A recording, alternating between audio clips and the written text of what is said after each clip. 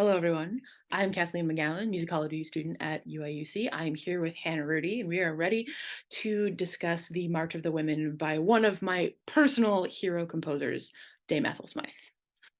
Dr. Rudy, welcome. Thank you. Thanks for being here.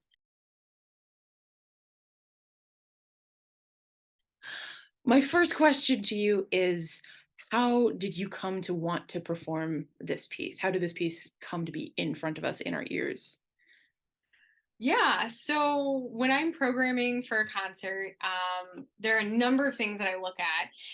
One in particular being a wide range of composers, variety of composers, and I attempt to feature at least one female composer per concert. And yeah, and so I don't know. As I get started, I just kind of pull music from absolutely anywhere. I look at what other bands are playing. I look at what other ensembles are performing. And I don't know, it was just kind of by chance I stumbled upon this piece and I started to look into it and thought it was something very special and pretty cool. Not only the piece itself, but its origins and Dame Ethel Smythe and yeah, everything about it. So yeah, I got excited to program it for this year. What particularly about it do you think makes it like good for band?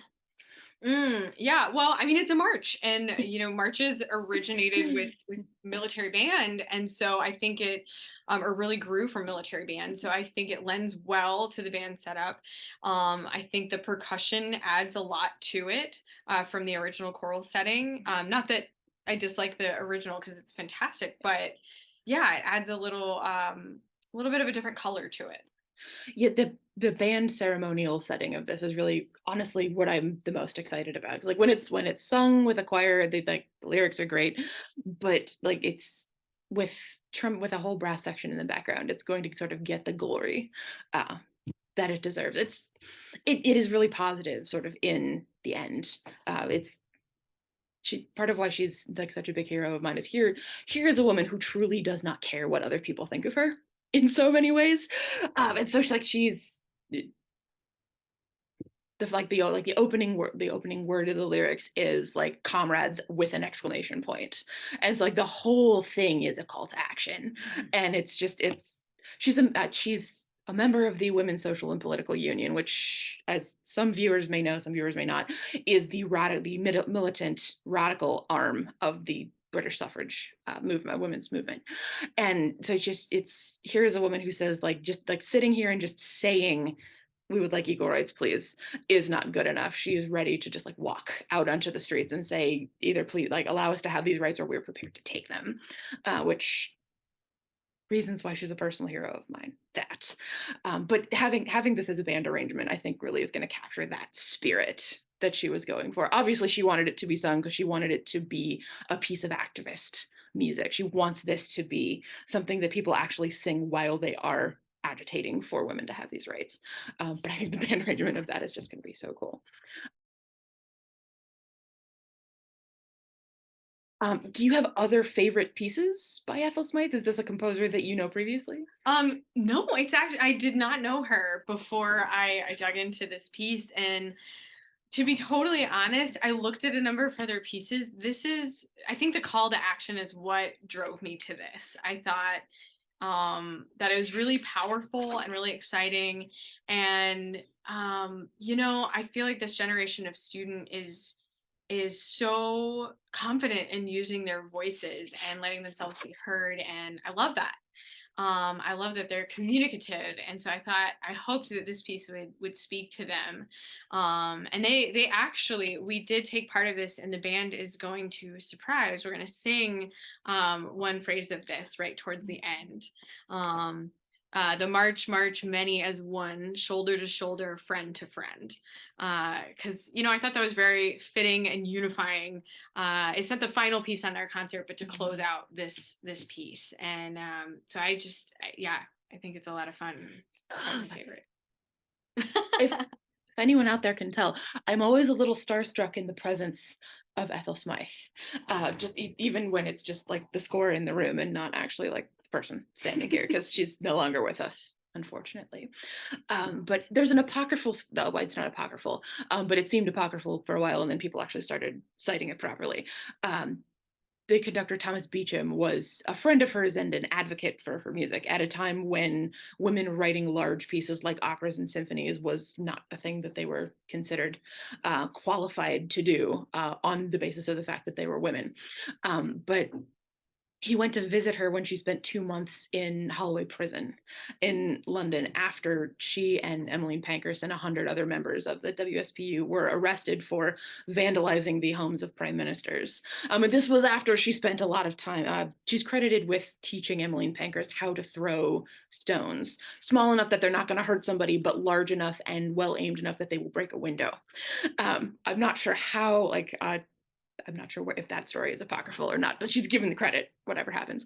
And so they actually vandalized a lot of homes of prime ministers agitating for women to vote. And they spent 2 months in prison. And he went in to visit her. And in this like horrible sort of Dickensian prison that they're all holed up in, all of these women are walking around the prison yard and singing, among other things, this song. And she's leaning out the window, conducting them with her toothbrush. Oh my God. Just like usually the conducting them with the toothbrush is the part that people talk about. Oh yeah. But like the fact that it's a part of a 2-month prison sentence, that she had 100-woman choir originally to do this. That's another thing that I think is going to make it really cool as a band setting, is because you have a large ensemble. So you get that sense of 100 voices really going at this. This is not a song. This is not a song that is quiet and sort of staid, even though it has a lot of like hymn like structure.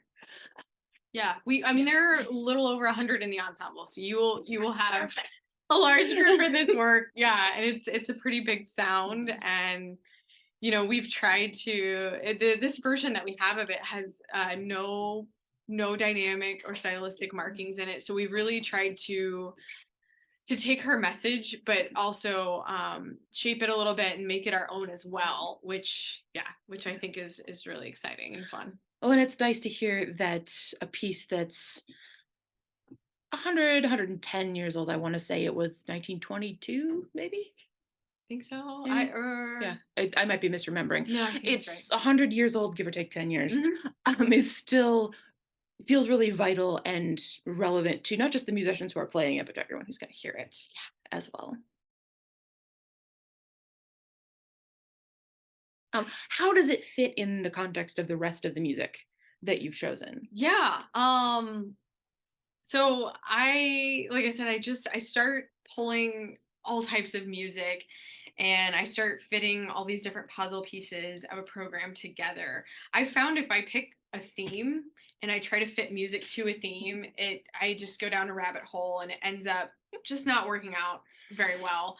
But I started piecing together the program, and I started seeing this theme of change. That's kind of the theme of our concert.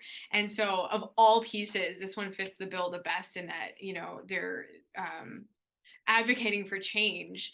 And then we also, through the concert program, visit different areas of the world and hear, a little bit of folk music from Greece and some dances, where it begins out of this world with a piece called Lift Off. And so right before the end, we kind of get back to humanity and then nature, with humanity being this piece, the March of the Women.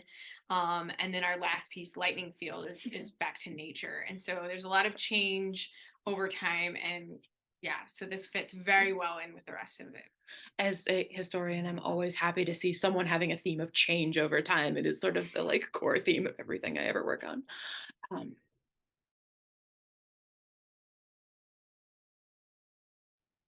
So how does March of the Women and Dame Ethel fit into the larger sort of pantheon of women composers that you've worked with before?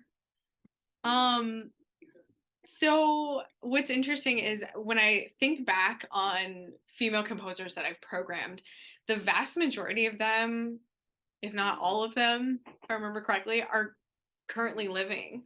I've done almost all female composers who are living composers, because there isn't as much out there written by female composers that's accessible for band specifically, with wind band being such a newer medium compared to other genres of music.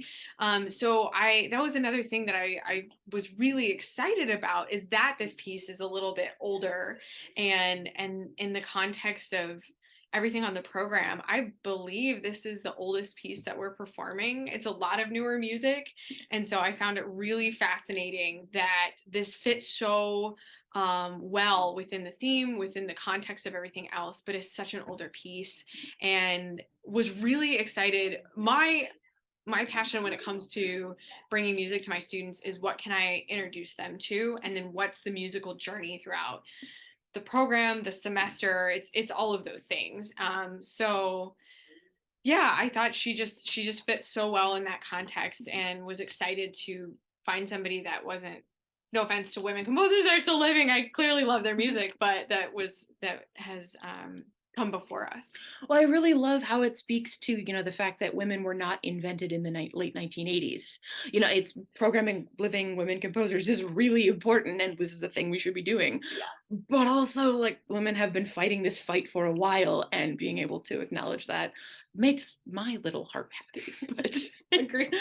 yeah, I imagine a lot of other people will find that validating as well. Did you have any students in the ensemble who seemed to know her in one way or another? Or was this a new composer for the ensemble as well?